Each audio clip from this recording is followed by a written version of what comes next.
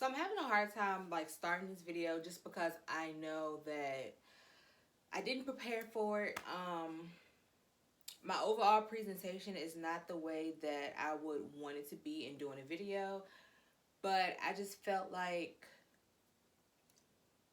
me recording this video was very or is very time sensitive because I want to make sure that I'm giving organic feedback and not giving feedback that seems um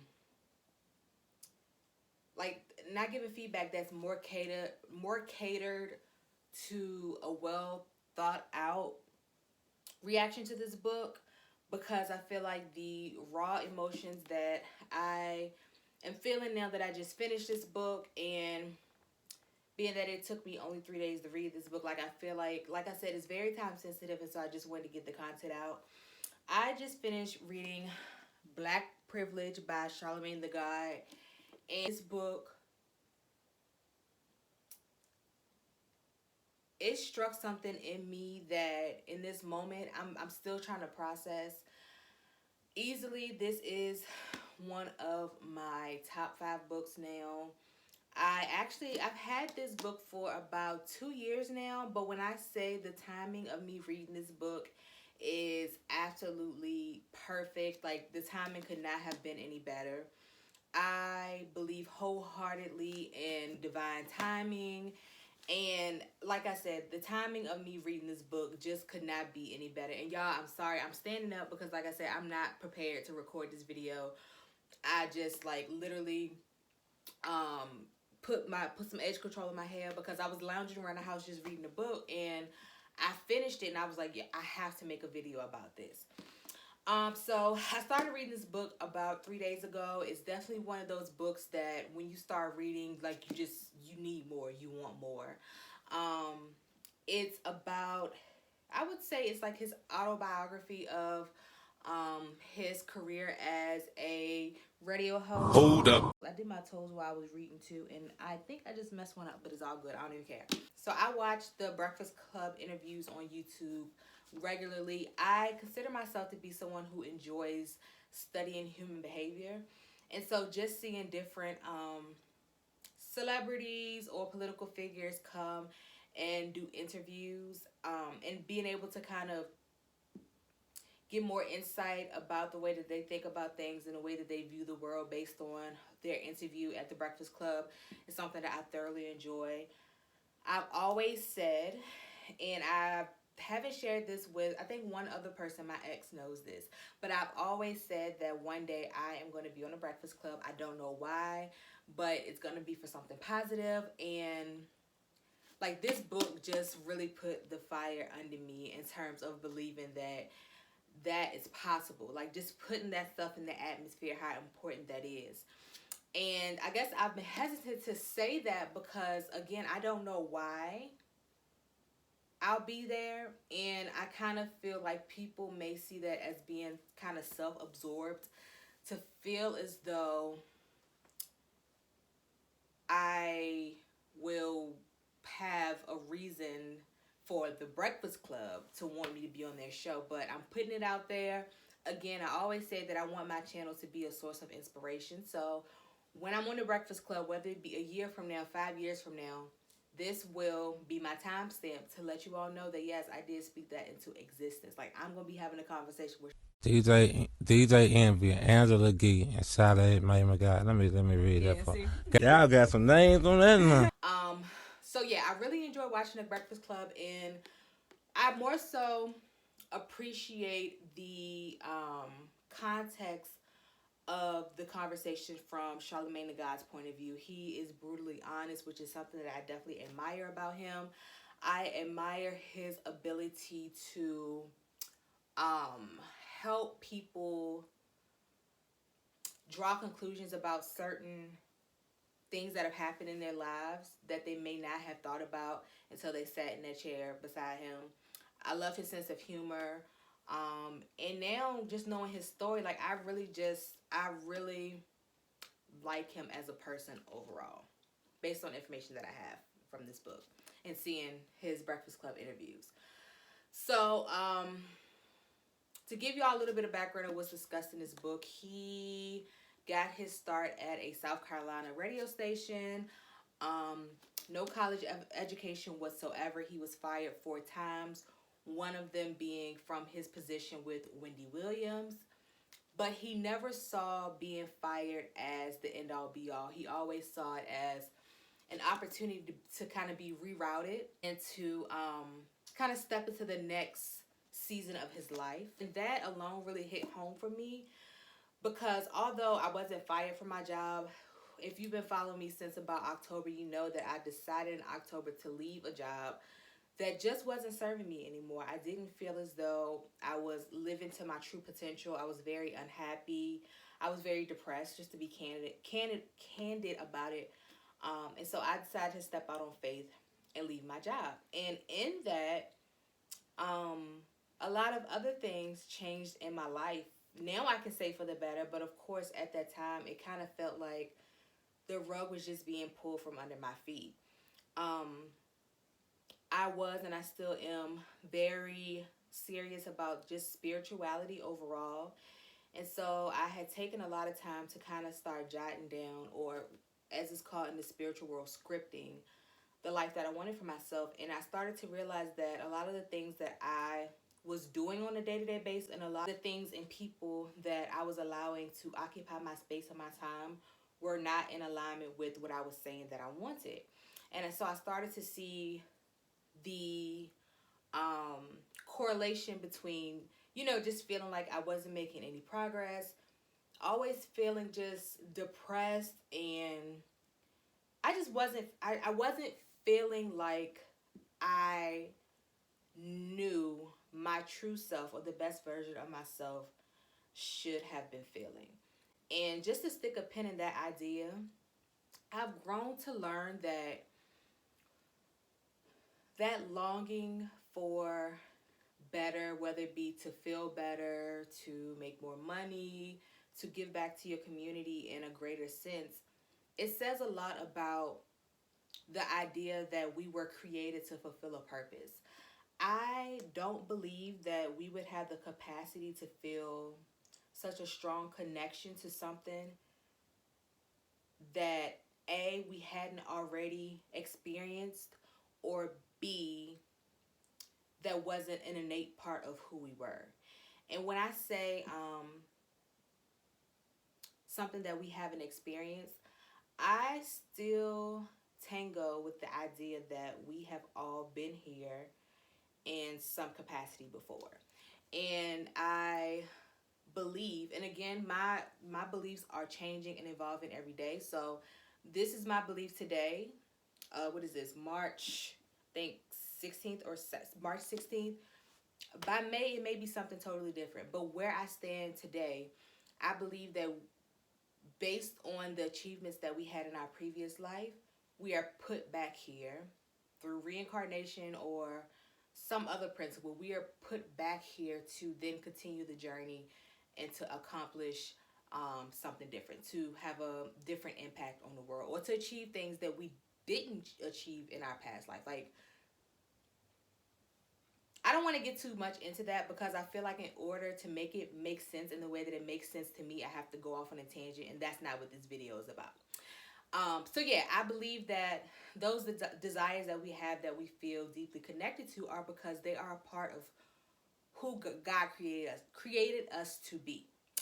And so I wasn't feeling as though I was the best version of myself. So long story short, I made some decisions, and ultimately I ended up moving back home with my parents. 28 years old, moving back home with my parents. And in those moments when I was making those decisions, I often felt like I was failing because I always said that I would never move back home with my parents. And so to be in a position where it was like, you know what, this is what I'm gonna have to do for right now. I wasn't working, and I just needed I guess you would call it a safe haven. I needed a landing pad. I needed to, as Charlemagne the God explains it in this book, I needed to get back to my roots, to kind of rethink what my next steps were, to kind of realign with my purpose in life, to realign with my goals in life. I didn't realize it at the time, but I truly feel like I have been feeling this, but kind of not knowing how to explain it. But I kind of feel like everything that happened from, I would say, October through December, or even October up until this point, it's just been like God rerouting me to get me um, back on track, or to get me on track to really fulfilling my life's purpose. And I think that's why this book is so meaningful to me. And like I said, I just read it at the right time. I needed it in this very season of my life. And it's because that's what Charlemagne the God is explaining his life as. And so to read how, he grew up in a small town in South Carolina. I come from a small town in Virginia. Um, and to like read through some of the trials that he experienced, which he got into legal trouble, which I haven't had that experience, but still, just even in that, seeing that where most people probably would have written him off and say, you know what, Charlemagne's getting in trouble, he's off the chain. Like, it's no way people saw him in those moments and were able to see him in the light that we see him in as now. As like, he's on a syndicated radio show, he has a podcast, he has a show on MTV.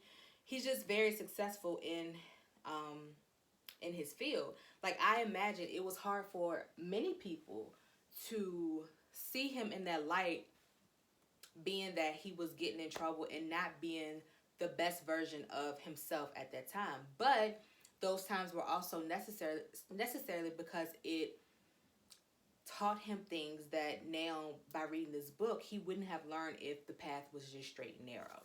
And so what I do after I read a book, like when I read, I make notations in the book about things that really stood out to me, or so this is an example of, I wrote all on that page, and I did that throughout this book as well. And usually what I do is, after I finish the book, I'll go back and sit down with my computer, just write out what each thing that I underlined, or each notation that I made in the book, what that means to me or meant to me while I was reading it. And like I said, I literally just finished reading this book. Now it's been about 20 minutes ago. And I haven't had the time to do that. So I'm going to take the time and just be very candid with you all, and talk about some of the things that I underlined in the book, and kind of just give you all my insight on what that means in this current season of my life. And hopefully it'll help somebody out. So one of the things I underlined was, success isn't determined by the size of the town you're from or what sort of home you grew up in. When I first started doing radio in New York City, people tried to make me ashamed of coming from a place where you pull over when you see roadkill. That is very I actually laughed when I underlined that. It wasn't something that I felt like deeply, like it didn't evoke any deep emotions for me. But I laughed at it because I have been guilty of feeling that way. I've had moments where I've been like, dang, I wish I was from a bigger city, because it seems like there's such camaraderie and what am I trying to say? Like, people from bigger cities seem to have so much passion and excitement associated with where they're from. Whereas a lot of times when I tell people where I'm from, they're like, where is that? And I have to use the location of a bigger city outside of us to kind of help them get an idea of where my hometown is. And so that was kind of like something I laughed at. Another thing was, too many times the dreams you think are yours are actually someone else's. You're only chasing them because you've seen them working for others. I remember a time where I didn't know what in the world I wanted to do. And sometimes I still don't have a clear vision of it, but I feel as though as each day passes, I have a better understanding of what I'm meant to do in this moment. So when I didn't know what I wanted to do, I would literally go and Google highest paying jobs, and I would try to see myself in those positions, because I was like, well, hell, if it's working for this person and they're making this much money, like, why not? Like, why can't I be a doctor or what have you? And not to say, there have been, even when I was in high school, I did consider becoming a doctor, but at the core of who I am, I knew that wasn't really what I wanted to do. I remember my mom always telling me that she saw me in a white jacket. And so, even in that, in the moments where I didn't know what it is I felt like I was put here to do, I would kind of go back to that and wonder if, like, maybe I was supposed to be a doctor. But like I said, I'm just not, that's not what I'm put here to do. Always live your truth. When you live your truth, can't nobody try to use that truth against you. And then goes on to say he's replaced a perceived weakness with power.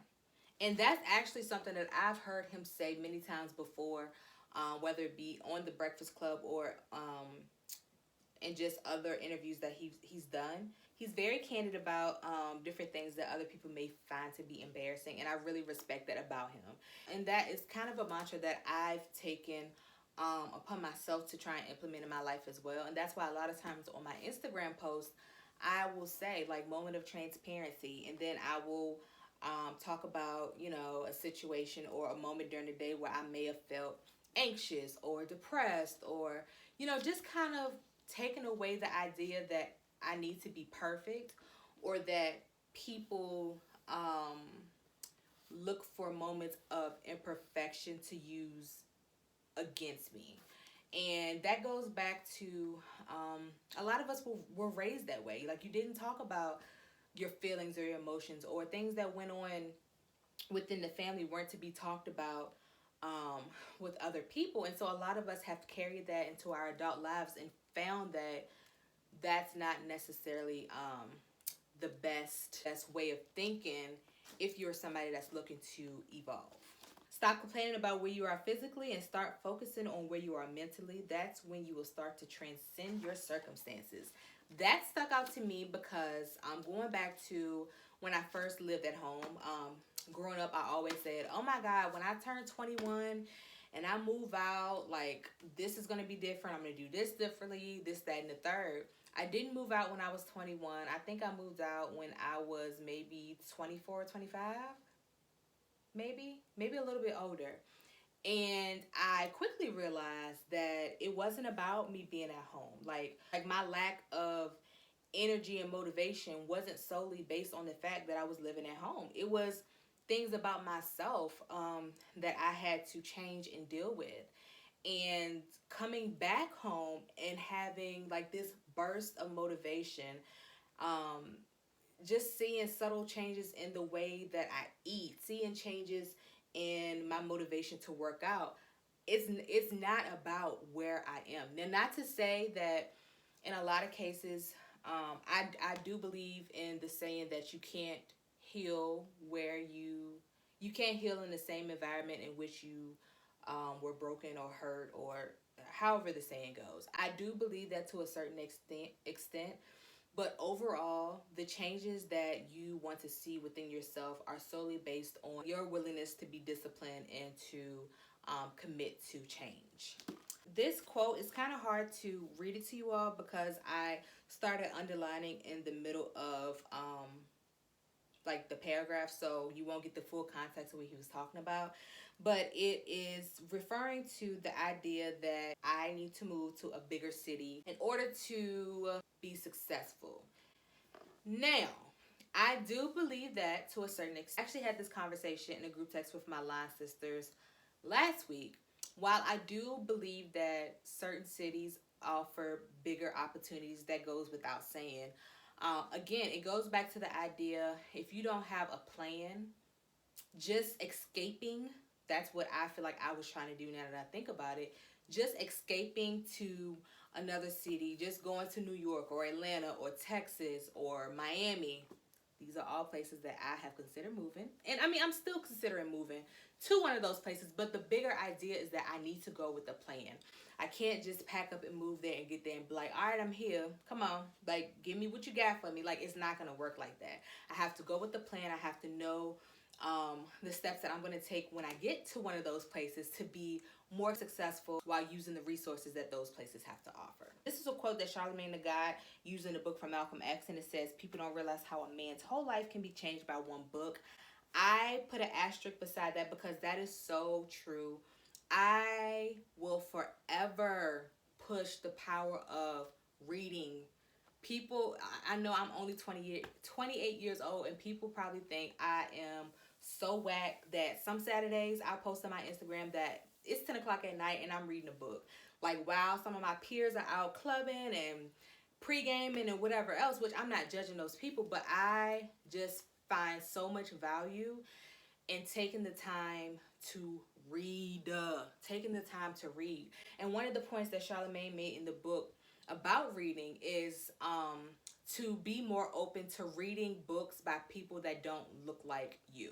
So whereas I may feel I can't learn anything from a 50-year-old white male, that may be a book where I gain so much insight about how to maneuver in different environments, because somebody that's learned how to thrive in that environment teaching that lesson. And I will say, reading and stepping outside of the context of the things that I've been taught by my own culture, my own family, my own community, reading has really just opened my mind. I've learned how to be more expressive, how to, formulate my thoughts in more concise ways. I've learned how to engage with other people. Reading has confirmed like things that I wasn't sure if I was going about it in the right way or if that I had the right idea about things. Reading has confirmed a lot of times that I'm on the right path, or that my way of thinking is not, you know, far-fetched. It just means that sometimes I'm not always surrounded by people that have tapped into that level of thinking. Like I tell y'all all the time, the book The Secret was the start of like just changes in my life, and I will forever reference that book. This book is another book that, like I said, top 5 easily, and I'm just so glad that I took the time to read it. Oh, here's the quote I was just talking about. Let's continue to explore books that don't seem to directly connect with their experience, and there's incredible power in subjects that don't seem to pertain to you. This quote that I'm about to read is actually on page 30, and it says, every one of us feels this from time to time. And he was talking about in the previous pages, like the feeling of being stuck and feeling just like your energy is blocked. Like you're ready to go to another level, but you're not sure what that next level should be or could be, or how to get there. And so it says, every one of us feels this from time to time. How you handle those feelings is what will set you apart. When I'm stuck, my solution isn't to leave my house in New Jersey and go to party in Manhattan. I don't try to make myself feel better by hanging out with fake industry people who are going to tell me how great I am all night, or a bunch of Instagram models who only want to be around me because I'm a little famous. No, when I'm stuck, I reconnect with my core. That means getting on a plane to Charleston, which is his hometown, and then heading straight to Monk's Corner. I will literally drive to my mom's house and go to sleep in my old bedroom. That's where I'm at now. And so that was the moment in the book. And proof is in the pudding. I wrote it right here. Crazy, because I wrote it right here. That was the moment in this book where, like, I was reading it and I had to read it again. I underlined it. I made a notation that said, and I said crazy considering that I just moved back home. And then I like had to just stop and kind of just absorb all that meant to me. Let's see. And I won't go through all of the quotes and all of the points that I underlined in this book, because I do want to just encourage you all to read it for yourselves and to really figure out what stands out the most to you. Let's see. Maybe I'll go through one or two more of the things that I underlined. Oh, I know what I want to read. Let me find the place where he was talking about when he first met DJ Envy and Angela Yee. And this was, of course, I think this is it. This was before they had, yep, here it is. This was before they were working together on a regular basis. So he met DJ Envy, of course, because DJ Envy was a DJ. It was an artist that Charlemagne the God was working with at the time. Just trying to, help him along. I think it was Lil Rue who had the Nasty song, which anybody that went to college between like 2010, 2011, y'all probably know that song. Like, I think he said that he was making appearances on Angela Yee's Lip Service when it was just a radio show. He mentioned here where he said that he told Angela Yee, one day you and I will do mornings on Power 105.1 in New York. He said, I swear I said that verbatim. Angela was skeptical, asking how. And at that time, he wasn't on the radio at all, and she had only done satellite radio. And his response was, I don't know how it'll happen. He just knew that it would happen. And right here, I wrote in that book, I wrote an affirmation that I will be on the Breakfast Club one day for something positive. And the reason I put something positive is because some people are on the Breakfast Club after they get Donkey of the Day for something stupid that they've done. So you have to be specific about your desires. And so I made sure that I noted that it will be something positive. It'll be something that I am contributing to society, and I'll go up there to chop it up with him about it. So the last thing that I'll read from this book is, let's see. Oh, he talked about the willingness, and y'all, I went through this. Like, I will just give you all a summary of what he was talking about in these pages because it's a lot. But he was talking about being willing to sacrifice the things that bring you pleasure right now to put in that extra work to be successful in the future. And so he gave a rundown of his schedule, and he was talking about how he's usually up, I think he said at 3:45, and pretty much he doesn't get back into the bed at night until like 11. And in between that time, of course, he has the Breakfast Club. He tapes for like his podcast or other shows that he may be featured on. He tries to get in some family time. He goes to the gym. Like he is very strategic about his day. He doesn't just spend time shooting with his friends, which is something that he may want to do, but he understands that in order to achieve the things that he wants to achieve, he has to be willing to put in the extra work.